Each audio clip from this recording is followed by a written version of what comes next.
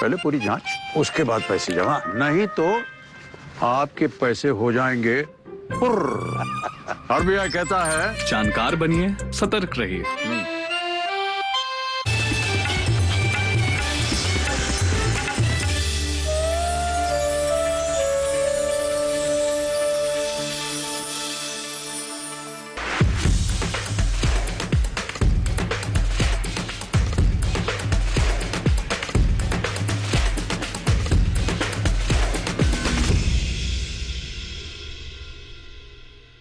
नमस्कार, स्वागत आप सभी का हमारी खास पेशकश विचार विमर्श में। मैं हूं आपके साथ अदिति शर्मा। किसान भाइयों बहनों, खेती किसानी के क्षेत्र की बात करें तो हमारे देश में महिलाओं की भूमिका काफी अग्रणी है। जी हां, खेत में जाकर के तो हमारी महिलाएं काम करती ही हैं, लेकिन अब थोड़ा सा बदलाव आ रहा है। कृषि उद्यमशीलता में भी हमारे देश की जो महिलाएं हैं वो नई नई ऊंचाइयों को छू रही हैं। जी हां, हमारी महिलाओं के इसी योगदान को देखते हुए, या फिर कहें कि हमारी महिलाओं के इसी काम को देखते हुए, इसको सेलिब्रेट करने के लिए हमारी सरकार द्वारा हर वर्ष 15 अक्टूबर को महिला किसान दिवस के रूप में मनाया जाता है। और आज का हमारा एक कार्यक्रम विचार विमर्श भी हमारे सभी महिला किसानों को समर्पित है। आज के हमारे इस कार्यक्रम में चर्चा करेंगे हमारे खेती के क्षेत्र में महिलाओं के योगदान को लेकर के। साथ ही साथ आपको बता दें कि मोटे अनाज के क्षेत्र में भी हमारी महिलाएं नए परचम हासिल कर रही हैं। जी हां, किस तरह से मोटे अनाज का क्षेत्र को अपनाकर उससे जुड़कर हमारी महिलाएं सशक्तिकरण की ओर बढ़ रही हैं, इस पर भी हम चर्चा करेंगे। सरकार की तरफ से क्या योजनाएं हैं, किस तरह से वैज्ञानिकों का साथ मिल रहा है हमारी महिलाओं को, इन तमाम बातों पर होगा विचार विमर्श। तो फिर आइए आज के हमारे इस कार्यक्रम का जो विषय है बता देते हैं। आज के कार्यक्रम का विषय है मिलेट्स और महिलाएं। जी हां, इसी पर आज हम विचार विमर्श करेंगे। जिनसे आज हम बातचीत करने वाले हैं, आइए परिचय करवा देते हैं। हमारे साथ स्टूडियो में उपस्थित हैं कृषि विज्ञान केंद्र उज्जवा की वरिष्ठ वैज्ञानिक डॉक्टर ऋतु सिंह। नमस्कार। साथ ही साथ आपको बता दें उपस्थित हैं भारतीय कृषि अनुसंधान संस्थान यानी कि पूसा की प्रधान वैज्ञानिक डॉक्टर रश्मि सिंह। नमस्कार। और साथ ही हमारे साथ आज की चर्चा में शामिल होने के लिए स्टूडियो में मौजूद हैं दो सफल महिला किसान जो कि खेतीबाड़ी नहीं बल्कि बता दें आपको कि मिलेट्स से जुड़ी हुई हैं और अच्छी खासी आमदनी अर्जित कर रही हैं। आपका परिचय करवा देते हैं। हमारे साथ हमारी सफल महिला किसान सुनीता गहलोत जी उपस्थित है। साथ ही साथ उन्हीं के साथ यहां पर उपस्थित हैं मीनू गहलोत जी जो बाजरे के प्रसंस्करण की ओर जुड़ी हुई हैं और उसमें सफलता हासिल किए हुए हैं। तो आप सभी का मैं यहां पर स्वागत करना चाहूंगी कार्यक्रम हमारे विचार विमर्श में। और आज के हमारे इस कार्यक्रम की चर्चा की शुरुआत करें उससे पहले हमारी सभी देश की जो महिला किसान हैं उन्हें बहुत बहुत बधाई महिला किसान दिवस की, और यहां पर उपस्थित हमारी महिलाओं को भी बहुत बहुत शुभकामनाएं। तो फिर आइए आज के हमारे इस कार्यक्रम की चर्चा की शुरुआत करते हैं। उससे पहले आपको दिखा देते हैं हमारी ये विशेष रिपोर्ट।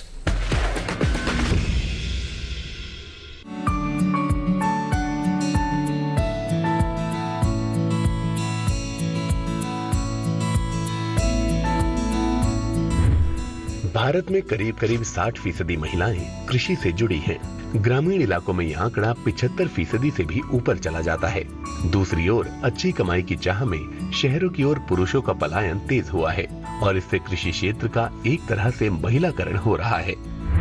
ये बातें पीरियोडिक लेबर फोर्स सर्वे की ओर से 2019-20 में प्रकाशित एक रिपोर्ट में सामने आई हैं।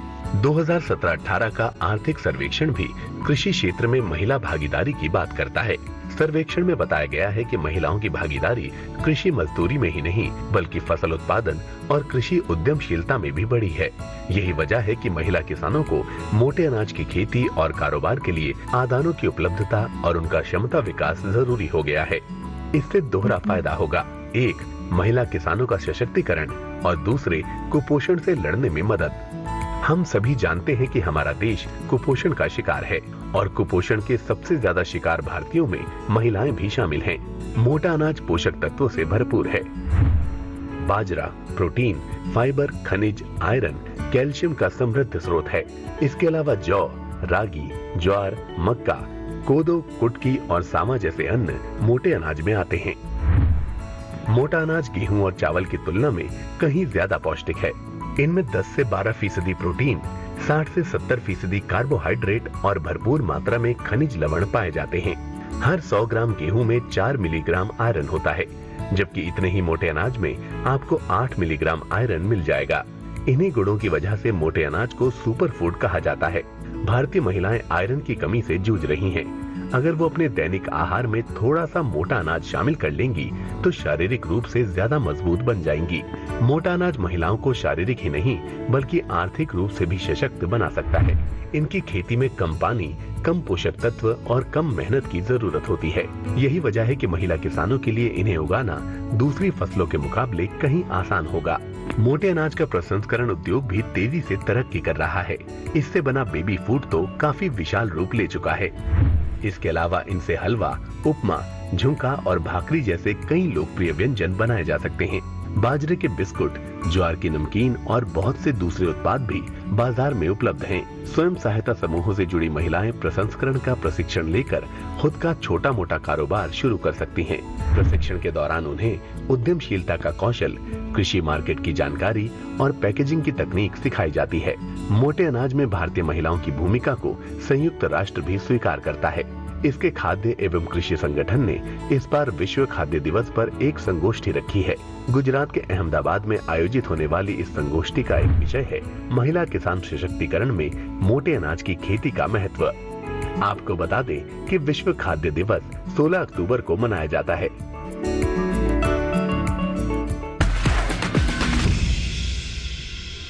तो अभी आप सभी ने एक रिपोर्ट देखी, आंकड़ों के जरिए जाना कि हमारी महिलाएं किसी भी हम कहें स्तर पर पीछे नहीं हैं, आगे बढ़कर ही खेती किसानी के क्षेत्र में विकास की राह पर आगे बढ़ रही हैं। तो फिर आइए हमारी चर्चा की यहाँ पर शुरुआत कर लेते हैं। डॉक्टर ऋतु का सबसे पहले मैं यहाँ पर रुख करना चाहूंगी। डॉक्टर ऋतु, हम बात करते हैं खेती किसानी के क्षेत्र की। पहले कहा जाता था कि केवल पुरुष ही खेती किसानी करते हैं, महिलाएं करती थी लेकिन उनका जो रोल है हम कहें कि कहीं ना कहीं छुपा रहता था, लेकिन अब बदलाव आ गया है। तो ऐसे में क्या कहना चाहेंगे आप?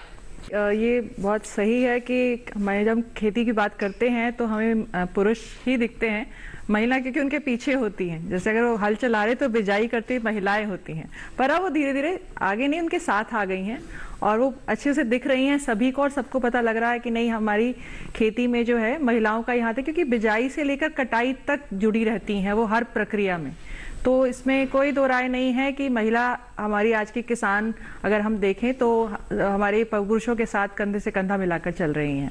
बिल्कुल, पुरुषों के साथ कंधे से कंधा मिलाकर हमारी महिलाएं चल रही हैं, आगे बढ़ रही हैं। और इसमें बता दें आपको, आगे बढ़ने में सहयोग मिल रहा है हमारी सरकार का भी। तो सरकार किस तरह से प्रयास कर रही है हमारी महिला किसानों को आगे बढ़ाने का, इस पर राय ले लेते हैं। डॉक्टर रश्मि हमारे साथ उपस्थित हैं। क्या कहेंगी डॉक्टर रश्मि आप इस लिहाज में?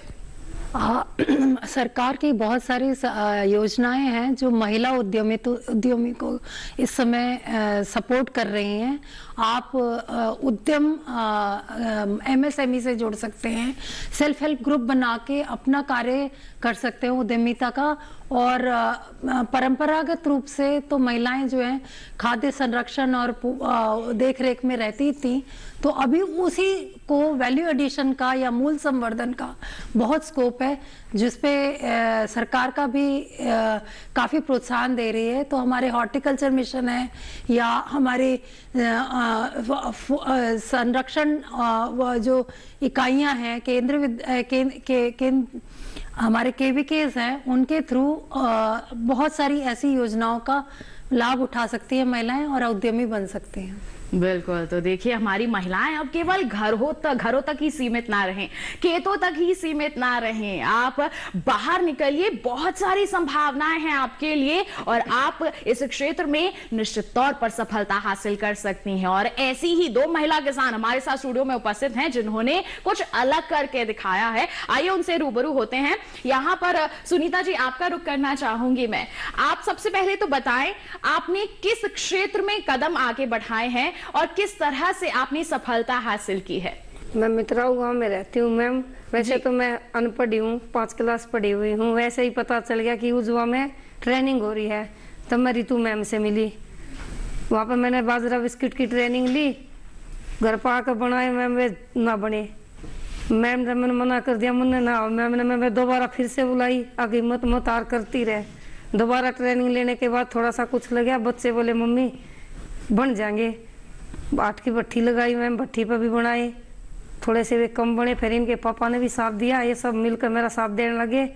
हमने एक ओवन लगाया मैम, हमने खूब तरक्की की उस तरह, सूरजकुंड में, प्रगति मैदान में, मुजफ्फरनगर में, उत्तराखंड में, पूसा में, जगह जगह मेले लगाए।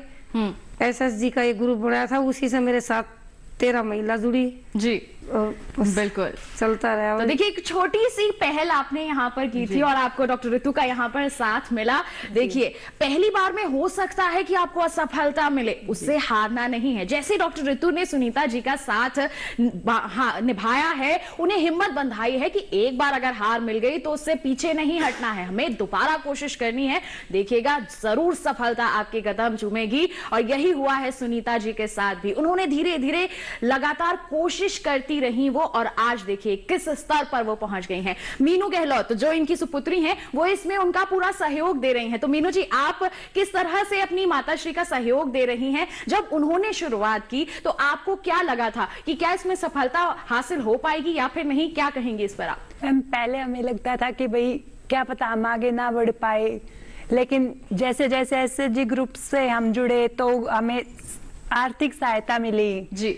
500 रुपए का हमने इकट्ठा करके छोटे से छोटे पैमाने पे हमने शुरुआत की। बाजरा बिस्किट सबसे पहले हमने बाजरा, मोटे अनाज को अब जैसे शहरीकरण हो रहा है तो शहर में कोई खाता नहीं है जी, तो इसलिए हम इस तरफ ज्यादा बढ़े ताकि जो प्रोटीन्स उसमें मिलते हैं जो आजकल के बच्चे नहीं खा रहे, मैदा की तरफ ज्यादा बढ़ रहे हैं, तो मोटे अनाज वो नहीं खा रहे थे, तो उसमें हम लोगों ने 15 वैरायटीज बनाई। और जैसे ये ग्लूटेन फ्री होता है, अनाज से जिसको मतलब एलर्जी होती है, तो उसके लिए हमने ग्लूटेन फ्री बिस्किट्स बनाए। और मैं अपनी मम्मी का बनाने में भी और जैसे जहां भी स्टॉल लगते हैं वहां बेचने में सहायता करती हूँ। बिल्कुल। तो देखिए स्वयं सहायता समूह भी बनाया गया, यहाँ पर कितनी अच्छी सोच के साथ तरह तरह के बिस्किट्स तैयार किए गए, मेलों का रुख किया गया, बिकवाली की गई। जब पसंद हो आते गए लोगों को तब बिकवाली बढ़ती गई, मांग बढ़ती गई। और देखिए इन्होंने कितना अच्छा यहाँ पर एक छोटा सा ही सही हम कहेंगे कि स्टार्टअप खड़ा कर लिया है और उससे अच्छी आमदनी भी अर्जित कर रही हैं। आप भी इससे जरूर प्रेरित हुए हो सकते हैं और आप निश्चित तौर पर एक स्टार्टअप की शुरुआत यहां पर कर सकते हैं। तो डॉक्टर ऋतु, आपने किस तरह से सुनीता जी को यहां पर प्रोत्साहित किया? कैसे लगा आपको कि वो मोटे अनाज के क्षेत्र में ही आगे बढ़े? देखिए हम लोग धान गेहूं तो उगाते ही हैं और पिछले अगर 60 के दशक की बात करें तो हम लोग पहले यही अनाज उगाते थे जिनको मोटा अनाज एक्चुअली कुछ नहीं, हमारी ये जो कदन्य फसलें हैं, आपका बाजरा, ज्वार, रागी, मक्का, ये इसी श्रेणी में ही आते हैं। और ये पहले हम लोग उगाए जाते थे, अभी भी उगाए जाते हैं पर कम है। पर धान चावल ने इसका जगह ले ली और धीरे धीरे हमारी ये थाली से भी हट गए जी। पर अब जैसे अब पता लग रहा है कि उस पे पोषण उसका बहुत है, मतलब धान और गेहूं से तुलनात्मक है, मतलब कहेंगे सर्वेश बहुत अच्छा है स्वास्थ्यवर्धक की दृष्टि से। तो इसको देने के लिए कि और दाम भी इनका कम है, तो क्यों ना इन अनाज का, अगर हम सेहत की बात कर रहे हैं तो क्यों ना इन अनाज पे भी हम लोग फोकस करें। और ये हमारे क्षेत्र में नजफगढ़ क्षेत्र में बाजरा का उत्पादन काफी होता है, पर इसका प्रसंस्करण की जो प्रक्रिया है वो काफी कम है, सीमित है। तो इस पे ध्यान में रखते हुए हमने बाजरा प्रसंस्करण में प्रशिक्षण कार्यक्रम आयोजित किए, जिसमें हमारी सुनीता जी भी शामिल हुई और ही महिलाएं शामिल हुई। पर शुरुआत हमारी इन्होंने की इसको सीखने की। और इसमें जैसे बात आती है पूंजी की, कोई भी आप सीखते हैं तो उसमें आपको कोई इकाई लगाने के लिए ऋण की आवश्यकता होती है जी। तो इन्होंने खादी विलेज इंडस्ट्री कमीशन से ऋण लिया, जिसमें इनको 4 लाख के करीब लोन मिला, जिसमें उन्होंने ओवन और जो बेकरी का और भी मशीन होती है वो इसमें खरीदी और ये इन्होंने फिर इकाई अपनी शुरू की। और ये इन्होंने जैसे बताया मीनू ने कि 15 प्रकार के बिस्किट बना रही, क्योंकि इन्होंने हर वर्ग का ध्यान रखा कि अगर डायबिटीज लोग हैं तो उनके लिए कैसा बिस्किट होना चाहिए, बच्चे हैं तो उसमें चॉकलेट का फ्लेवर डाल दिया, तो ताकि आपके हर वर्ग को, क्योंकि कुपोषण की समस्या काफी है, अगर इससे निपटारा करना है तो हमें इन अनाज को अपने उसमें शामिल करना पड़ेगा। तो इस वजह से लोगों को पसंद आए। और अभी सिर्फ दिल्ली आसपास नहीं, जैसे बताया कि कई जगह ये स्टॉल लगाती हैं, अलग अलग राज्यों में इनका जाता है, मतलब पूना से इनका ट्रेन से बिस्किट जाने लगा। जी। तो वही है कि अगर पोषणता की दृष्टि से लोगों में जागरूकता आ रही है कि नहीं, हमें इन अनाज को भी शामिल करना है, तो इसलिए काफी अच्छा इनका आगे चल रहा है काम। और ऐसे और भी महिलाएं मैं आशा करूंगी, कर रही हूं कि आगे आएंगी और इस काम को एक व्यवसाय के रूप में लेंगी। बिल्कुल। तो देखिए, जैसे आपने डॉक्टर यहाँ पर सुनीता जी का साथ दिया है, हम उम्मीद करते हैं और भी महिलाओं को आप बिल्कुल इस ओर आगे बढ़ाने में उनकी मदद जरूर करेंगे। तो देखिए, मोटा अनाज अगर हम उसके पौष्टिक गुणों को देख लें तो बहुत ही ज्यादा लाभकारी होता है। हमारी सरकार भी कहाँ पीछे है, प्रोत्साहित कर रही है कि ज्यादा से ज्यादा किसान मोटे अनाज की खेती की ओर बढ़े। पहले होता था, लेकिन फिर समय बदला, लोगों ने अपनी थाली से इसे हटाना शुरू कर दिया। लेकिन अब इसके महत्व को दोबारा समझा जा रहा है, हमारे किसान इसकी खेती को अपना रहे हैं। वर्ष 2023 की बात करें तो मोटा अनाज वर्ष के रूप में ही मनाया जा रहा है। ऐसे में डॉक्टर रश्मि क्या कहना चाहेंगी हमारी महिला किसानों को या फिर हमारे सभी किसानों को कि मोटा अनाज अगर वो अपने खेत में चुन लेते हैं तो किस तरह से उनके लिए आर्थिक रूप से यहाँ पर बदलाव आ सकता है? 1960 के दशक में अगर हम संख्या देखें तो गेहूं का उत्पादन जो था वो 11 मिलियन टन था, और ये जो मोटा अनाज है जिनको हम ज्वार, बाजरा और ये कहते हैं, ये 19 मिलियन टन था। और सन 2020 की बात करें तो गेहूं उत्पादन जो हो गया है वो 110 मिलियन टन हो गया है, और हमारा ज्वार, बाजरा और मोटा अनाज जो है वो 18 मिलियन टन है। तो थोड़ा कम हो गया है पहले से, लेकिन यह है कि अब इसकी उपयोगिता ज्यादा लोगों को समझ में आ रही है, क्योंकि इसके बड़े सारे सेहत भरे गुण हैं। ये इम्यूनिटी देता है, इसमें पौष्टिक तत्व अधिक हैं।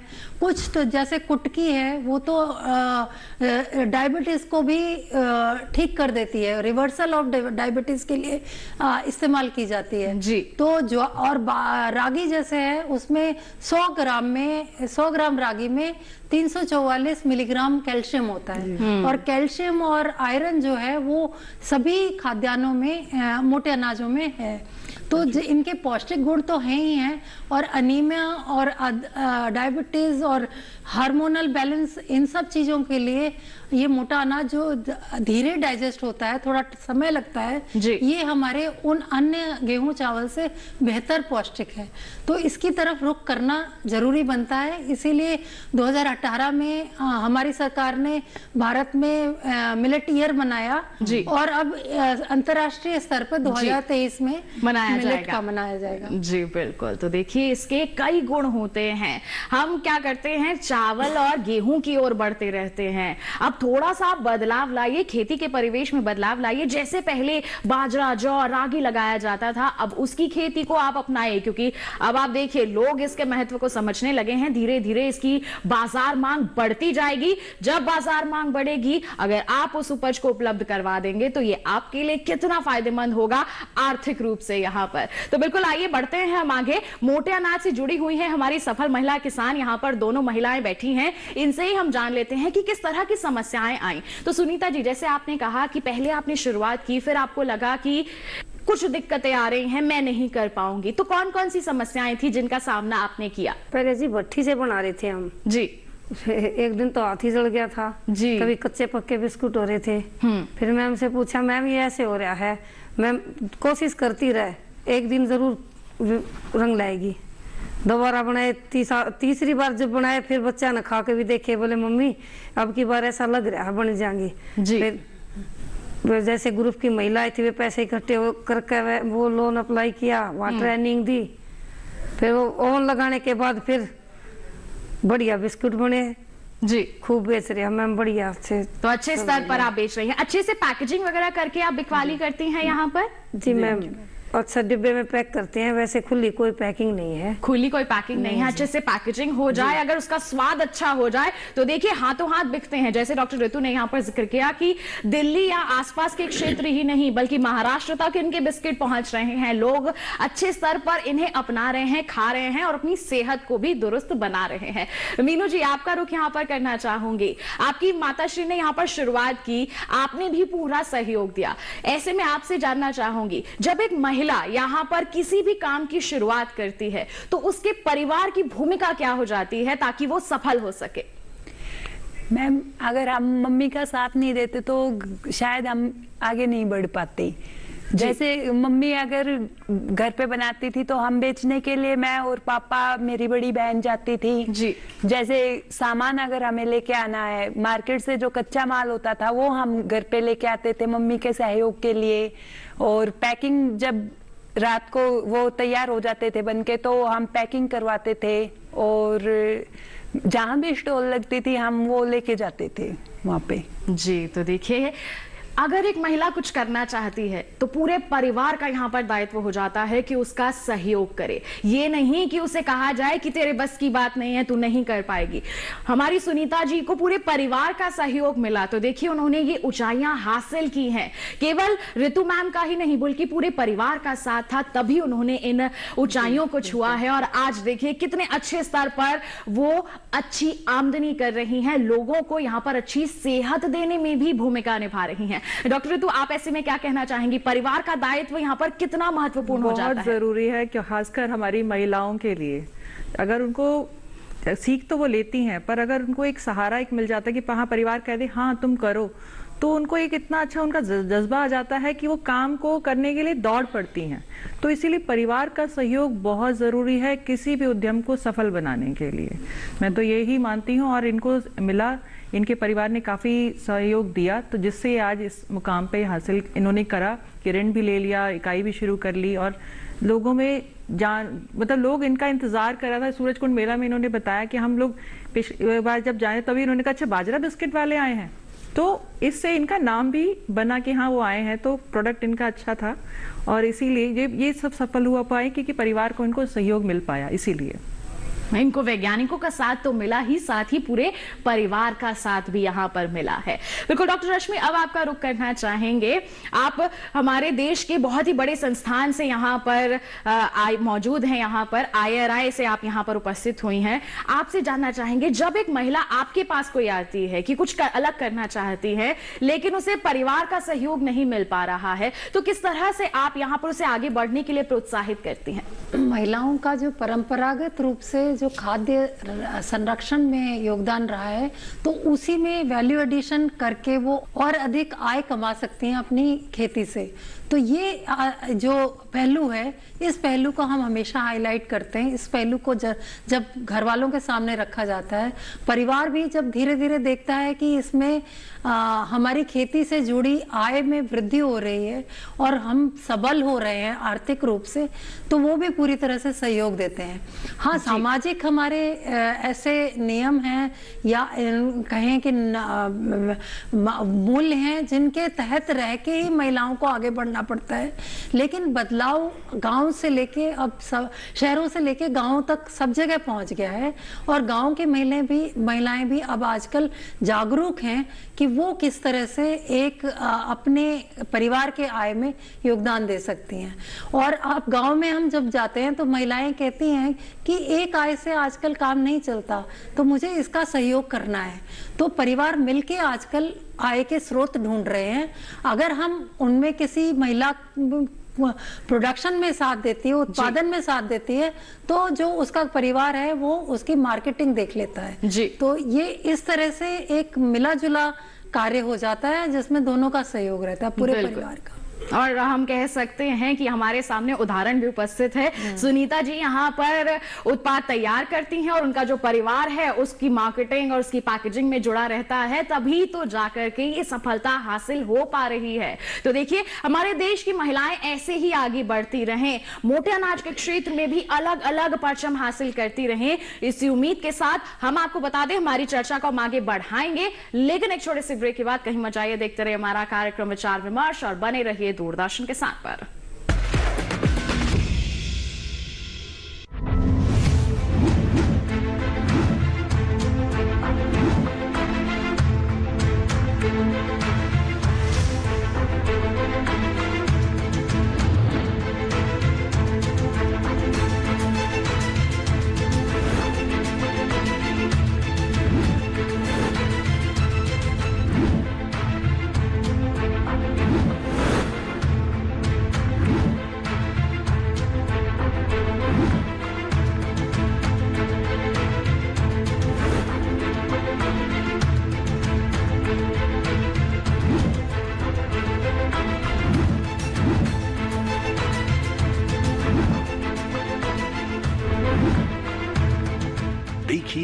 दूरदर्शन किसान पर।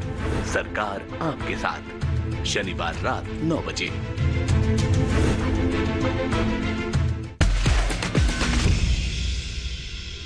ब्रेक के बाद दूरदर्शन किसान के कार्यक्रम विचार विमर्श में आप सभी का फिर से स्वागत।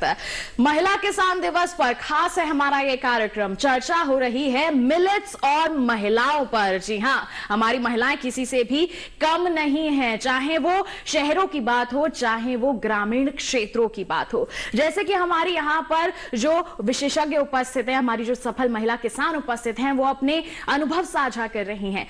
सेल्फ हेल्प ग्रुप बना करके हमारी महिला किसान ने यहाँ पर सफलता हासिल की है। तो ऐसे में डॉक्टर ऋतु का मैं रुख करना चाहूंगी, आपसे जानना चाहूंगी, अगर महिलाएं ऐसे ग्रुप बना लेती हैं तो वो उनकी आर्थिक स्थिति को बदलने में किस तरह से मददगार साबित हो जाते हैं? एक बहुत बड़ा हथियार है सेल्फ हेल्प ग्रुप किसी भी उद्यम को आगे ले जाने के लिए, क्योंकि आप इसमें समूह में काम कर रहे हैं।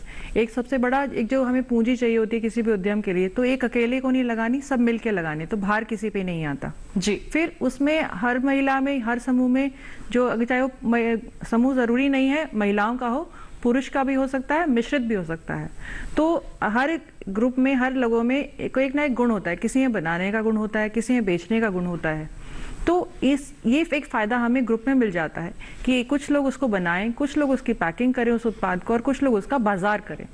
तो ऐसे काम भी बढ़ जाता है और काम आसानी से भी हो जाता है और किसी एक अकेले पे बोझ नहीं आता, एक पर भार नहीं होता और आसानी से काम हो भी जाता है। तो और फिर और सबसे बड़ी बात, अगर हम जो ऋण लेते हैं बैंक से, तो ग्रुप को, जो समूह को, जो बैंक जो ऋण है उस पे ब्याज की दर भी कम होती है। आप अकेले ऋण लेने जाते हैं तो बहुत ज्यादा आपको ब्याज देना पड़ता है। अगर आप ग्रुप में लेके लोन लेते हैं, ऋण लेते हैं, तो उसमें आपको ब्याज भी कम देना पड़ता है। ऐसे ही हमारी जो सरकार की योजनाएं हैं, खासकर जो हमारा मंत्रालय, खाद्य प्रसंस्करण मंत्रालय, उनका अभी PMFME योजना चल रही है, जिसमें आपको जो भी छोटे लघु उद्योग है प्रसंस्करण के, उसमें 35% तक रियायत है किसी भी उद्यम के लिए, खाद्य प्रसंस्करण के लिए। तो उसमें खासकर उन लोगों पे ज्यादा जोर दिया जा रहा है जो समूह में आते हैं उस योजना से जुड़ने के लिए। तो क्यों ना उस चीज का हमें फायदा उठाया जाए और ग्रुप में ही ये चीजें संभव हो सकती हैं। बिल्कुल। तो देखिए, अगर आप आगे बढ़ना चाहती हैं तो अकेले आप करना चाहती हैं, सक्षम हैं, तो बेझिझक आप कर सकती हैं। लेकिन अगर आप ग्रुप बनाकर आगे बढ़ती हैं तो ये काफी मददगार साबित हो जाता है।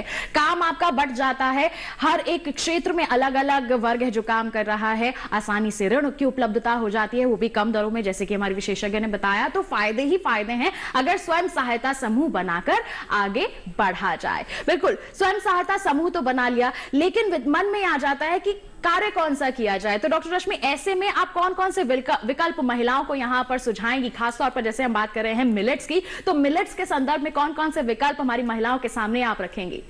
मिलेट्स से जुड़े हुए बहुत सारी उत्पाद बनाए जा सकते हैं जी। और भारतीय कृषि अनुसंधान परिषद का एक संस्थान है जो पूरी तरह से इसके ऊपर डिवोटेड है, जो Indian institute of millet research के नाम से है, हैदराबाद में जी। तो उनकी अपनी भी कई तरह की उन्होंने विधियां, मतलब ऐसे रेसिपीज बनाई हैं, कई तरह के उत्पाद बनाए हैं जिसको वो अभी बाजारीकरण की ओर ले जाना चाहते हैं। और उन्होंने भी काफी महिलाओं के ग्रुप और उद्यमियों को प्रोत्साहन दिया है। दूसरा, जो हमारा पूसा संस्थान है, इसमें भी एक बाजरा की एक किस्म, जो बाजरे की वो डेवलप की गई है, जो उसको हलूर नाम से जानते हैं, जिसमें ग्लूटेन को डाला गया है, जिससे जो बाजरा की रोटी आसानी से बेली जा सके, जैसे गेहूं की रोटी हम बनाते हैं जी। तो जो हमारा उपभोक्ता है वो इस तरह के उत्पाद बाजार में देख रहा है, ढूंढ रहा है। तो इस तरह के उत्पादों में, अगर इस तरह के जो ऑप्शंस हैं, इनको उपयोग करके अगर महिलाएं अपने आप इसको उद्यम बनाती हैं तो वो सफल उद्यमी बन सकती हैं। बिल्कुल। तो देखिए, विकल्प बहुत सारे हैं, अब आपको चुनना है कि किस ओर आप बढ़ना चाहती हैं। मिलेट्स की ही अगर हम बात करें तो बहुत सारी संभावनाएं हैं, कई तरह के उत्पाद तैयार किए जा सकते हैं, प्रशिक्षण भी आपको मिल सकता है। कृषि विज्ञान केंद्र जो भी निकटतम हो उसका रुख किया जा सकता है डॉक्टर ऋतु? बिल्कुल किया जा सकता है, और वहीं से आपको अगर वो केंद्र क्योंकि हम लोग क्षेत्र आधारित उस पर काम करते हैं, जो भी फसलें उगाई जाती हैं। अगर उस क्षेत्र में अगर वो फसल नहीं हो रही तो वो आपको दूसरे कृषि विज्ञान केंद्र या जैसे मिलेट रिसर्च इंस्टीट्यूट हैदराबाद में, वहाँ का भी संपर्क से आपको जोड़ सकते हैं, ताकि वहाँ जाके आप प्रशिक्षण ले सकते हैं। तो उसमें तकनीकी जानकारी की कोई सीमा नहीं है, कृषि विज्ञान केंद्र उसको देने के लिए बिल्कुल तत्पर है। बिल्कुल। तो देखिए, अगर आपको बढ़ना है तो हमारी सरकार, हमारे कृषि के जितने भी वैज्ञानिक हैं वो आपकी मदद करने के लिए बिल्कुल तैयार हैं। अब आप सोच विचार करके आगे बढ़ सकती हैं, खेती किसान के क्षेत्र में अपना अलग ही नाम कमा सकती हैं, बना सकती हैं। तो यहाँ पर मैं सुनीता जी का रुख करना चाहूंगी, जो बाजरे का बिस्किट बना करके बिकवाली कर रही हैं, अच्छी आमदनी भी अर्जित कर रही हैं। सुनीता जी, अभी तक तो आपने बाजरे का बिस्किट ही बनाया, आगे आने वाले समय की अगर मैं बात करूं तो कुछ और भी आप उत्पाद यहाँ पर बनाने के लिए सोच रही हैं? जी मैम, मैं सोच रही हूँ बाजरे के लड्डू भी बनाऊं, शक्कर पारे भी बनाऊं, जो मैम ने मेरे को सिखाए हैं जी, और कुछ सामान डाल के कुछ अलग सा वो अलग अलग थोड़ा और बढ़ जा, टेस्ट बदल जा, नई चीज हो, जैसे कि गर्भवती महिला के लिए जो अच्छा हो है, वैसे तो कुछ खा नहीं रही वे बाजरे, बिल्कुल नहीं खा रही, बिल्कुल अलग चीज होगी तो वो भी खागी, बिल्कुल बच्चे को भी फायदा होगा, महिला को भी होगा। बिल्कुल। तो देखिए, बाजरे की बिस्किट तक ही सीमित नहीं रहना चाहती है, अन्य उत्पाद भी बनाना चाहती हैं, लड्डू हो या फिर अलग अलग तरह के व्यंजन हो, वो भी तैयार करना चाहती हैं, जिससे सभी को यहाँ पर लाभ मिल सके। मीनू जी, आपसे जानना चाहूंगी, बाजरे का बिस्किट बनाया जाता है आपके यहाँ पर, रेसिपी क्या है, किस तरह से बनाया जाता है, इस पर थोड़ा सा जानकारी दें। जैसे बाजरे का आटा होता है, तो बाजरे का आटा हाफ होता है और गेहूं का आटा उसमें हम मिलाते हैं जी, और जो घी होता है वो उसमें मिक्स, चीनी और घी को मिक्स किया जाता है, उसमें वेनिला पाउडर, ग्लूकोज, नमक, मीठे के लिए शुगर डाली जाती है, और जैसे अलग अलग स्वाद के लिए उसकी वैरायटी हम अलग कर देते हैं। नमक का जो फ्लेवर होता है उसमें हम जीरा और अजवाइन डाल देते हैं जी। मीठे में जैसे हम तिल के बिस्किट बहुत चलते हैं हमारे, तिल का हुआ, एक कोकोनट फ्लेवर हमारा बहुत चलता है, तो कोकोनट हुआ। अब हम शुगर फ्री के लिए भी ट्राई कर रहे हैं, जैसे अजवाइन डाल के उसमें शुगर कम डाली जा रही है, डायबिटीज के लिए बहुत ज्यादा वो हो रहा है। तो जैसे अभी आपने जिक्र किया था यहाँ पर कि आप ग्लूटेन फ्री बिस्किट भी बना रही हैं, उसकी क्या रेसिपी होती है, उस पर क्या कहेंगे आप? मैम, उसमें हम जो बेसन होता है तो उस बेसन और भाई थोड़ा सा बाजरे का आटा डालते हैं तो उसमें हम गेहूं का आटा नहीं मिलाते? हाँ जी, उसमें गेहूं बिल्कुल भी नहीं डाला जाता जी। उसमें मैम बेसन डाल के और जब बनाया जाता है वो ग्लूटेन फ्री। मैम, गर्म पानी में बाजरा डाल के उसको निकाल के सुखा के वो आटा तैयार करते हैं, ताकि ज्यादा बिस्कुट चले खराब ना हो, कड़वा ना हो। वैसे तो कड़वा हो जाता बाजरे का आटा 4 दिन में। तो इसमें किसी भी तरह के प्रिजर्वेटिव्स जो हैं वो नहीं डाले जाते हैं, सब कुछ जो है बिल्कुल नेचुरल और ऑर्गेनिक तरीके से यहाँ पर तैयार किया जा रहा है। देखिए, आपका बिस्किट ज्यादा समय तक चल सके इसके लिए भी एक खास स्टेप अपनाया जाता है, उसे धोकर गर्म पानी में उबालकर यहाँ पर सुखाया जाता है, फिर आटा तैयार किया जाता है। देखिए कितना अच्छा यहाँ पर पूरा प्रोसेस अपनाया जा रहा है, तब जाकर एक बिस्किट तैयार हो रहा है, फिर उसकी पैकेजिंग हो रही है, मार्केट तक पहुंच रहा है, तब जाकर उसके अच्छे दाम मिल रहे हैं। तो देखिए, थोड़ी मेहनत तो लगती है, लेकिन अगर आपने एक बार यहां पर शुरुआत कर दी तो फिर आप पीछे मुड़कर नहीं देखेंगी। साथ मिलेगा आपको कृषि वैज्ञानिकों का, साथ ही आपके पूरे परिवार का यहां पर। इसी के साथ हम बढ़ते हैं आगे। डॉक्टर ऋतु, आपका रुख करना चाहेंगे, हमारी महिलाओं की अगर हम यहां पर बात करते हैं, जैसे कि हम बात कर रहे हैं कि कई तरह के विकल्प हैं कि हमारी महिलाएं इस उत्पाद को तैयार कर सकती हैं, सेल्फ हेल्प ग्रुप बना सकती हैं। हमारी सरकार का लक्ष्य है कि एफपीओ बनाए जाएं, क्या एफपीओ भी बनाए जा सकते हैं, महिलाएं उनसे जुड़ सकती हैं? बिल्कुल, एफपीओ बनाए जा सकते हैं। एफपीओ आपका समूह, आपका छोटा ग्रुप होता है 20, जिसमें 20 लोग होते हैं। एफपीओ आपका 100 से ज्यादा 500 तक का एक समूह होता है, पूरा एक क्षेत्र के किसानों का, उसमें महिलाएं भी शामिल होती हैं। तो उसमें जो भी ग्रुप में जो लोग, जैसे अगर हमने 5 हमारे समूह हैं, उन 5 समूह को मिला के हम एक एफपीओ खड़ा कर सकते हैं जी। तो एक एक समूह, मान लीजिए अलग अलग क्षेत्र में काम कर रहा है, एक समूह सब्जी उगाने का काम कर रहा है, एक समूह उसी सब्जी से प्रसंस्करण करके पैकेजिंग का काम कर रहा है। दूसरा तीसरा समूह उसी सब्जी से अचार वगैरह बनाने का काम कर रहा है। चौथा समूह उसी सब्जी को सुखा के। तो विकल्प कई सारे हैं, क्योंकि अगर हम सीधा खाली फसल उगाएं और बाजार में समूह बेचे तब उनको फायदा नहीं होगा। जब तक एक कहेंगे ना व्यवसाय की दृष्टि से जब तक हम कृषि को नहीं देखेंगे तब तक फायदा नहीं होगा। तो इसमें आपका प्रसंस्करण, खाद्य प्रसंस्करण बहुत महत्वपूर्ण भूमिका अदा करता है। तो इसीलिए जब तक हम खेती के साथ प्रसंस्करण को नहीं जोड़ेंगे तो हम एक अच्छी जो आमदनी की बात करते हैं, दुगनी आय की जो बात करते हैं, वो हमारी तभी संभव हो सकती है। और एफपीओ इसमें बहुत महत्वपूर्ण भूमिका निभाता है जी। और डॉक्टर रश्मि इसमें एफपीओ के बारे में डॉक्टर रश्मि आपकी राय भी इस संदर्भ में हम लेना चाहेंगे। किसान संघ जो बनता है वो 100-125 का कंपनी के रूप में होता है उनका, उसको नाबार्ड और एसएफएसी के थ्रू रजिस्टर किया जाता है और उनको वहां से वित्तीय और बाकी तरह की भी ट्रेनिंग मिलती है। उसमें चार्टर्ड अकाउंटेंट भी होता है और उसमें उनको अकाउंट कीपिंग और उनकी 3 तो परमानेंट अध्यक्ष और प्रेसिडेंट, अध्यक्ष यानी प्रेसिडेंट और खजांची यानी ट्रेजरर और एक एग्जीक्यूटिव होता है। उसके साथ साथ और जब ये 3 लोग मेन होते हैं जो एफपीसी चलाते हैं और बिल्कुल जैसे हमारी कॉर्पोरेट कंपनी होती है उसी की तरह से इसका स्वरूप देखा गया है।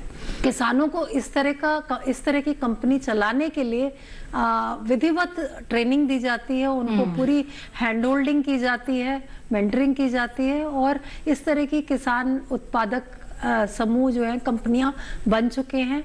2 तो मेरे ख्याल से डॉक्टर रितु ही जुड़ी हुई हैं, हम भी जुड़े हुए हैं, जो नाबार्ड के साथ मिलके हमने दिल्ली के गांव में और फरीदाबाद के गांव में हमने स्थापित किए, जो पिछले 2 साल से काम कर रहे हैं। तो जैसे आपने कहा कि आप लोग जुड़े हुए हैं, तो किस तरह का बदलाव आप लोगों ने देखा है खेती के क्षेत्र में या फिर किसानों के जीवन में ही? डॉक्टर रश्मि पहले आपसे जानना चाहेंगे, फिर डॉक्टर रितु की भी राय लेंगे। किसानों की अगर हमने इस पे शोध किया कि भाई क्या बदलाव आया, तो बदलाव यह है कि पहले जो किसान था ना वो खेती करके अपनी आय कमाता था, जो खाया, जो उससे जो उपयोग किया, बाकी जो उत्पाद बच गया, खाद्यान्न बच गया, वो बाजार में बेच दिया। अब आजकल इस तरह की प्रणाली नहीं चल रही है। जो किसान उसका मूल्य संवर्धन कर पाता है, उसकी प्राइमरी ग्रेडिंग या सॉर्टिंग करके बेचता है मार्केट में, उसको अधिक आय मिलती है। तो जब हम ये समूह या कंपनी बनाते हैं किसानों की, तो वो अपना ब्रांड भी बना सकते हैं, उसको अपने लेबल दे सकते हैं और उसको बाजार में उतार सकते हैं। यानी कि कहें तो बड़ी बड़ी कंपनियों को किसानों की कंपनियां टक्कर दे सकती हैं, बशर्ते किसान भी अपने उत्पाद को उस तरह से पैकेज करके उस तरह से मार्केट में लेके आए। तो अब बदलाव आ ही रहा है, जैसे आप यहाँ पर जिक्र कर ही रहे हैं। डॉक्टर तो आपने किस तरह का बदलाव यहाँ पर महसूस किया है? महसूस हमने इसलिए एक बहुत अच्छा एक बताना चाहूंगी, एक हमारी एक पूरी यात्रा रही है। एक एफपीओ को हमने खड़ा किया वर्ष 2019-20 में नाबार्ड की सहायता से उत्तरी दिल्ली में, जिसका नाम हमने grow free farmer producer company रखा और उसका रजिस्ट्रेशन कराया कंपनी रजिस्ट्रेशन एक्ट के तहत। और आज अगर मैं बात करूं, क्योंकि पहले क्या था कि सभी जो किसान थे वहाँ के क्षेत्र के अलग अलग जाके खाद और बीज जाके लाते थे जी। अभी हमने उनका क्या किया कि सीड और फर्टिलाइजर का उनका ट्रेडिंग का लाइसेंस उनका बनवाया दिल्ली सरकार की सहायता से। और उनका अभी पिछले 1 तारीख को ही हमने उनके एक दुकान का उद्घाटन कराया, जिसमें खाद और बीज उनको खासकर सदस्यों को एक जो रेट होता है सरकार का रेट, उस रेट पे उनको मिलेगा और जो एफपीओ के सदस्य होंगे। तो अब यानी कि किसानों को अपनी बेसिक जो चीजें हैं खेती की, जैसे खाद है, बीज है, दवाई है, इनके लिए कहीं दौड़ना नहीं पड़ेगा, एक ही जगह पे उनको मिल जाएगा, अच्छे दामों पे, उचित दामों पे कुछ मिल जाएगा, यहाँ पर नहीं देना। तो ये एक सबसे बड़ा बदलाव है, क्योंकि आपको किसी काम को करने की जो बेसिक चीजें अगर हम उनको मुहैया करा दें तो बदलाव वहीं से शुरू हो जाता है। जी देखिए, जब लागत कम हो जाती है तो हम कह सकते हैं कि आमदनी तो अच्छी हो ही जाती है। तो देखिए, एफपीओ बनाकर भी बदलाव आ रहा है। आप भी अपने जीवन में बदलाव ला सकते हैं, हमारी महिलाएं भी बना सकती हैं एफपीओ। और देखिए, बिल्कुल यहाँ पर संभव है बदलाव। बढ़ते हैं आगे। डॉक्टर माफ कीजिएगा, रिपीट करते हैं इसको। बढ़ते हैं आगे। सुनीता जी का मैं यहाँ पर रुक करना चाहूंगी। आपने बोला कि आप बाजरे का बिस्किट यहाँ पर बना रहे हैं और भी कई उत्पाद आप बनाना चाहती हैं। इस मंच के माध्यम से जितनी भी महिलाएं आज आपको देख रही हैं, उन्हें क्या कहना चाहेंगी आप कि किस तरह से आपको कृषि विज्ञान केंद्र से जुड़कर लाभ मिला है? मैं यही कहूंगी मैम, बाहर निकलोगे तो कुछ ना कुछ जरूर मिलेगा। पहले मैं भी घर में रहती थी, निकलने नहीं दे रहे थे घर के, घूंघट निकालो, वो चाहे गिर जाए कहीं पे भी। लेकिन इनके पापा ने ये सहारा दिया कि पर्दा वर्दा कुछ नहीं है, तू घर से निकल। और मैं सभी को यही कहूंगी, जैसे मैं निकली सब निकलो और कुछ करो, आगे बढ़ो। मैं सभी को यही कहना चाह रही हूँ। बिल्कुल, तो घर में रह करके ही जीवन यापन करना सही नहीं है। बाहर निकालिए, कुछ करके दिखाइए, अपनी आर्थिक स्थिति को बदलिए, अपने पूरे परिवार की आर्थिक स्थिति को आप बदल सकती हैं। एक महिला में इतना दम होता है कि वो अपनी स्थिति और अपने पूरे परिवार की स्थिति को बदल सकती है। हम सभी यहाँ पर उपस्थित हैं, हम सभी महिलाएं हैं। देखिए, आपको इस मंच के माध्यम से हम सभी जागरूक कर रहे हैं कि जब हम कर सकते हैं तो आप भी निश्चित तौर पर ये कर सकती हैं और सफलता जरूर हासिल कर सकती हैं। परिवार का सहयोग भी इसमें बहुत जरूरी है। मीनू जी, आप क्या कहना चाहेंगे हमारी सभी महिलाओं को? हाँ, हमारे आसपास से हमें मदद मिल रही है तो हमें छोटे से पैमाने से ही शुरुआत करनी चाहिए, लेकिन ये ना सोचना चाहिए कि भाई हम तो कुछ बड़ा ही करेंगे। छोटे से छोटा अगर हम करना शुरू करेंगे तो हम आगे बढ़ पाएंगे। बिल्कुल, तो देखिए बहुत ही अच्छी बात यहाँ पर कही है कि ये मत सोचिए कि मैं तो कुछ बड़ा ही करूंगी। छोटे स्तर पर अगर हम कोशिश करते रहेंगे तो वो धीरे धीरे छोटा चीज भी हमारी बड़ी बनती जाएगी। जैसे कि उदाहरण आपके सामने है, सुनीता जी और मीनू जी ये करके दिखा चुकी हैं कि छोटे स्तर पर शुरुआत कीजिए, धीरे धीरे हम उसे बड़े स्तर तक पहुंचाने में सक्षम हैं और हम पहुंचा के रहेंगे भी, और इन्होंने ये करके भी दिखाया है।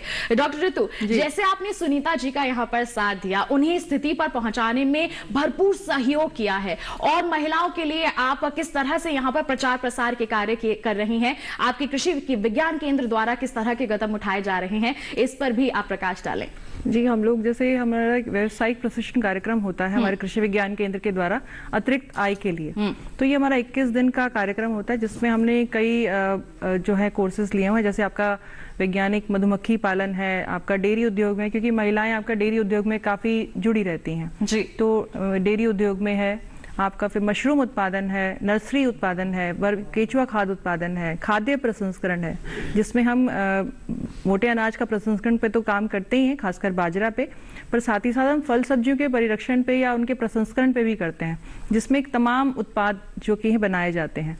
तो ये हमारे प्रशिक्षण कार्यक्रम निःशुल्क होते हैं, और पूरा वार्षिक का हमारा इस ट्रेनिंग का कैलेंडर एक बना होता है। हमारी कृषि विज्ञान केंद्र की वेबसाइट होती है, हर कृषि विज्ञान केंद्र की वेबसाइट होती है, उस पर आपको इनका कैलेंडर मिलेगा। कोई भी प्रशिक्षार्थी अपने आप को रजिस्ट्रेशन करा के, पंजीकृत करा के इस ट्रेनिंग को ले सकता है, सीख सकता है। और इस 21 दिन में कहेंगे कि हम सिर्फ लिखना पढ़ना नहीं, हमें होता है कि करके दिखाना, क्योंकि प्रैक्टिकल जानकारी इन चीजों में होनी बहुत जरूरी है।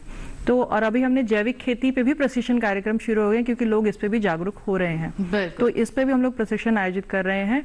और एकीकृत कृषि प्रणाली, जैसे आपका IFS जिसे हम बोलते हैं, तो उसमें आपकी जैसे कई 3-4 प्रकार की खेती, जिसमें आपका बकरी पालन हो गया, आपका फूलों का उत्पादन हो गया, आपका फल सब्जियों का उत्पादन हो गया, ताकि एक ही जगह से सारी चीज आप बाजार में बेच सकें।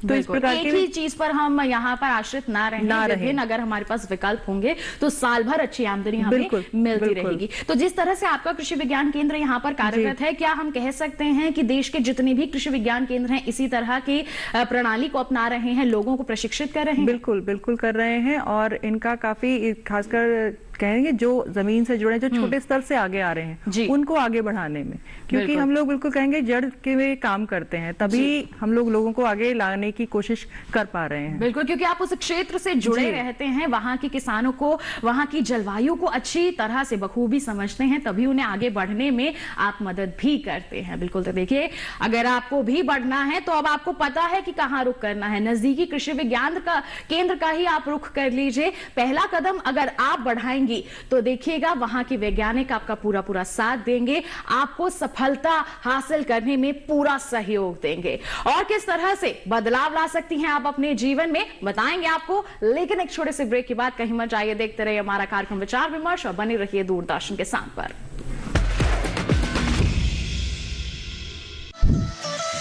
खुशहाल होंगे खेत, पशु रहेंगे स्वस्थ, सरकारी स्कीम का होगा लाभ, जब एक्सपर्ट्स का मिलेगा साथ, आपके सवाल विशेषज्ञों के जवाब, सिर्फ एक फोन कॉल की दूरी पर। देखिए किसानों का अपना प्रोग्राम हेलो किसान, सोमवार से शुक्रवार शाम 6 बजे से सिर्फ दूरदर्शन किसान पर।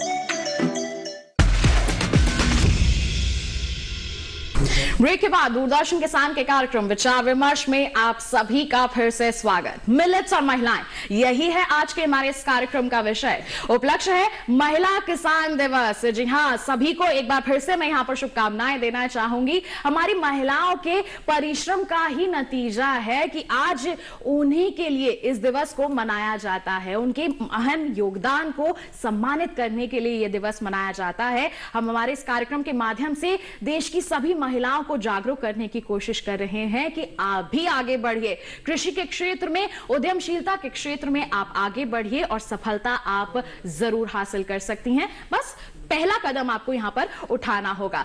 ब्रेक पर जाने से पहले डॉक्टर ऋतु ने जिक्र किया था कि कृषि विज्ञान केंद्रों का आप रुख कर सकती हैं कि किस तरह से वो हमारी महिलाओं को, हमारे किसानों को यहां पर प्रोत्साहित कर रहे हैं, जागरूक कर रहे हैं, प्रशिक्षित कर रहे हैं। ऐसे ही अब मैं रुख करना चाहूंगी डॉक्टर रश्मि का। कितना जरूरी हो जाता है कि हमारी महिलाएं जब किसी भी व्यवसाय की शुरुआत करें तो उसके बारे में जानकारी हासिल कर ले, प्रशिक्षण हासिल कर लें। महिलाओं को अगर उद्यमी बनना है तो पहले तो उनका अपना साइकोलॉजिकल रेडीनेस होना चाहिए कि मुझे ये करना है। दूसरा, वो जो अंदर से जो उनका ये संकल्प है बहुत स्ट्रॉन्ग बनाने के लिए भी बहुत तरह की केवीके में भी ट्रेनिंग होती है। हमारे यहाँ भी बिहेवियर ट्रेनिंग भी हम लोग देते हैं कि उसमें उद्यमशीलता के गुण कैसे और अपना सकती हैं। जी। दूसरा महत्वपूर्ण पहलू जो है वो जो भी कार्य करने जा रहे हैं उसका तकनीकी ज्ञान होना। तो तकनीकी ज्ञान या उसका हैंड्स ऑन ट्रेनिंग होना बहुत जरूरी है। तो अगर वो कृषि से जुड़ा हुआ है तो चाहे नजदीकी कृषि विज्ञान केंद्र हैं या उनकी जो राज्य एग्रीकल्चर की यूनिवर्सिटीज हैं वहां से, या हमारे भारतीय कृषि अनुसंधान संस्थान दिल्ली में उनके भी रीजनल स्टेशंस भी दिल्ली पूरे भारत में हैं, या और भी जो कृषि से जुड़े हुए संस्थान है, सरकारी संस्थान है, उनसे वो प्रशिक्षण ले सकती हूँ उस पर्टिकुलर उद्यम को के बारे में तकनीकी जानकारी। जैसे मशरूम का है, हमारा सोलन में बहुत बड़ा उसका संस्थान है, मशरूम की ट्रेनिंग लेने के लिए सोलन जा सकते हैं। या और इस तरह के जो जैसे मिलेट्स के बारे में हम कह रहे हैं, बात कार्यक्रम ही मिलेट के बारे में, तो जो Indian institute of millet research है वो तो करता ही है। उससे जुड़े जो उपकरण हैं उसमें हमारा लुधियाना में एक संस्थान है सिफिट, जहाँ पे उसका उस तरह की मशीनरी मिलती है। या और जो ट्रेनिंग उद्यम के बारे में दी जा सकती हैं वो वहाँ पे होती हैं। दूसरा, मैसूर में central food technology research institute है, जहाँ पे और तरह के कि किस तरह के हम फूड प्रोडक्ट्स बना सकते हैं, महिलाएं किस तरह का मिलेट को उपयोग करके नए नए उत्पाद तैयार कर सकती हैं, वो भी वहाँ सिखाया जाता है। तो ऐसा नहीं है कि संस्थानों की कमी है और तकनीकी ज्ञान की कमी है, बस उसको ढूंढने की जरूरत है कि पहले आप संकल्प कर लें कि कौन सा उद्यम आप करना चाहते हैं और उसका तकनीकी ज्ञान कहाँ मिलेगा। अगर आपको नहीं पता तो आप पूछ सकते हैं, जो आपका नजदीकी कृषि विज्ञान केंद्र है वो लोग आपकी सहायता कर सकते हैं, या एग्रीकल्चर यूनिवर्सिटीज में जाके पता किया जा सकता है। उनका भी एक्सटेंशन प्रसार विभाग होता है जो इस तरह की जानकारी रखता है। बाकी भारतीय कृषि अनुसंधान परिषद के जो संस्थान है वो भी आप जा सकते हैं। जैसे अगर आलू से जुड़ी है तो पोटैटो रिसर्च इंस्टीट्यूट है, या आपका पोमोग्रेनेट अनार का नागपुर महाराष्ट्र में पुणे में है। जी। तो इस तरह से ऑरेंज का पहले यहाँ पर हम डिसाइड कर लें कि हमें इस ओर आगे बढ़ना है। संस्थान तो बहुत सारे हैं जो यहाँ पर प्रशिक्षण देने के लिए बिल्कुल तैयार हैं, आपका पूरा सहयोग यहाँ पर दिया जाएगा। तो आइए एक बार यहाँ पर सुनीता जी का रुख कर लेते हैं। सुनीता जी, जब आपने कहा कि आप घर से बाहर निकली कि अब मुझे कुछ करना है, तो जब आप घर से बाहर निकली, आपने रुख किया कृषि विज्ञान केंद्र उजवा का, तो क्या आपने सोचा था कि आप बाजरे की ओर ही जाएंगी या फिर आपको वहां पहुंचकर इसके बारे में जानकारी दी गई? रितु मैम ने समझाया था। जी। कि ये ट्रेनिंग ले, बाजरे के बिस्कुट बनाए, एक अलग नई चीज है, इससे ही कुछ आपको होगा। वैसे तो बाजार में बहुत बिस्कुट है, ये एक अलग सा दिखाई दिया सब ने कि बाजरे का बिस्कुट, बाजरे की रोटी, बाजरे की खिचड़ी तो सब ने खाई थी। स्टॉल पाने वाले भी यही बोलते, देखा किसा है बाजरे का बिस्कुट किसा है। हाँ, एक बार टेस्ट किया तो 2 डब्बे ले रहा था कि अब तो 4 कर दो, 4 वाला बोल रहा 8 दे दो, ये नई चीज है। तो इसलिए मैम ने समझाया था यही ट्रेनिंग ले रही है, इसमें अलग अलग बहुत चीज है, सब बनाती रहे धीरे धीरे। बिल्कुल। तो देखिए, जैसे डॉक्टर रश्मि कह रही थी कि आप एक बार इस संकल्प कर लीजिए कि मुझे कुछ करके दिखाना है। निकटतम कृषि विज्ञान केंद्र का, किसी भी कृषि संस्थान का आप रुख कर लीजिए। जैसे डॉक्टर ऋतु ने यहाँ पर सुनीता जी का साथ दिया है, उनका मार्गदर्शन किया है, ऐसे ही कोई ना कोई कृषि वैज्ञानिक या फिर विशेषज्ञ आपका यहाँ पर साथ जरूर देगा और आप यहाँ पर आगे जरूर बढ़ेंगे। डॉक्टर ऋतु, आपकी राय जानना चाहेंगे, जब भी कोई महिलाएं ऐसी आती हैं तो किस तरह से आप उन्हें यहाँ पर जागरूक करती हैं?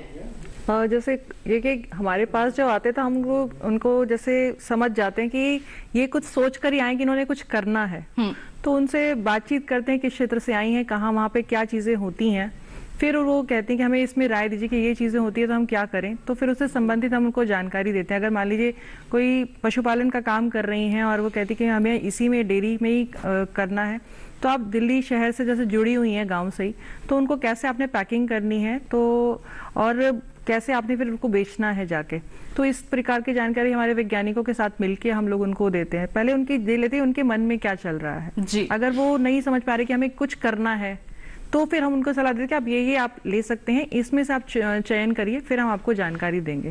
तो इस तरीके से हम उन लोगों को मदद करते हैं, उनका मार्गदर्शन करते हैं। बिल्कुल, आपको कुछ करना है तो आप बेझिझक आप आगे बढ़िए, आपके पास कई सारे विकल्प है यहाँ पर। बिल्कुल, महिला किसान दिवस है, ऐसे में हम सभी महिलाओं को यहाँ पर जागरूक कर रहे हैं लगातार कि किस तरह से वो भी आगे बढ़कर सफलता हासिल कर सकती हैं। तो आप सभी से मैं यहाँ पर सभी के लिए राय लेना चाहूंगी, संदेश लेना चाहूंगी। शुरुआत करूंगी डॉक्टर ऋतु से, हमारी सभी देश की महिलाओं को आप क्या संदेश देंगी आज के इस खास मौके पर?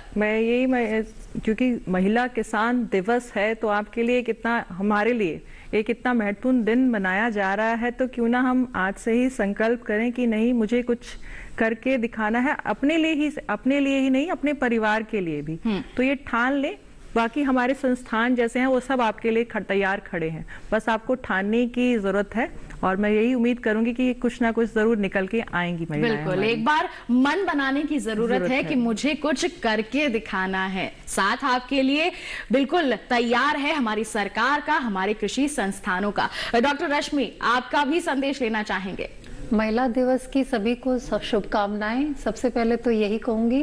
दूसरा, क्योंकि मोटे अनाज में पौष्टिकता बहुत है, तो आज हम इस तरह से भी सोचें कि खाद्यान्न में जो हम अपनी थाली सजा रहे हैं, बच्चों को जो खिला रहे हैं वो पौष्टिक हो, तो उसमें हम मोटा अनाज शामिल कर सकते हैं। ये संदेश है। बिल्कुल, तो देखिए, मोटे अनाज को भी हम शामिल कर सकते हैं अपनी सफलता की इस राह में। सुनीता जी, आपसे भी मैं चाहूंगी आप हमारे देश की सभी महिलाओं को यहाँ पर कहें कि जिस तरीके से आपने सफलता हासिल की है, अन्य महिलाएं भी आगे बढ़ सकती हैं। मैं भी यही कहूंगी, घर में कुछ नहीं रखा, बाहर निकलो, कुछ सीखो और आगे बढ़ो, उसी में सब कुछ है। बिल्कुल, तो घर में बैठे रहने से कुछ नहीं होगा, बाहर निकलिए, आगे बढ़िए, थोड़ी बहुत यहाँ पर जानकारी हासिल कीजिए, सहयोग आपको मिलेगा, सफलता आप जरूर हासिल करेंगे। मीनू जी, आपसे भी लेना चाहेंगे आपका संदेश? मैं यही कहना चाहती हूँ कि अपनी पढ़ाई के साथ साथ जो हम पीछे छोड़ चुके हैं जिन चीजों को, उनको हम अगर अपने रूटीन में लेके आएंगे और जो आने वाली पीढ़ी है उसके लिए हम अपने ये जो मोटे अनाज की चीजें हैं उनको रख सकते हैं, जिनसे उनको पौष्टिकता की कमी ना हो। बिल्कुल, अच्छी सेहत मिले। जो चीजें हम कहीं नजरअंदाज करके आ चुके हैं उन्हें दोबारा से अपनी दिनचर्या में यहाँ पर लेकर आए, यही उम्मीद है, यही हमारा लक्ष्य है और इसी दिशा में हम सभी यहाँ पर कार्य भी कर रहे हैं। एक बार मैं चाहूंगी हमारे देश की सभी महिलाओं के लिए, उनकी सफलता के लिए जोरदार तालियां हो जाए। तो बिल्कुल आज के हमारे इस कार्यक्रम में महिला किसान दिवस के उपलक्ष्य पे बहुत सारी जानकारियां हमने हासिल की हैं। अब हम उम्मीद करते हैं कि आप भी निश्चित तौर पर खेती किसानी के क्षेत्र में आगे बढ़ेंगी। इसी उम्मीद के साथ हमारे देश की सभी महिलाओं को महिला किसान दिवस की हार्दिक शुभकामनाएं। और इसी के साथ आज के लिए इतना ही। अगले अंक में फिर होंगे हाजिर, तब तक के लिए दीजिए इजाजत। आप बने रहिए दूरदर्शन किसान पर। नमस्कार।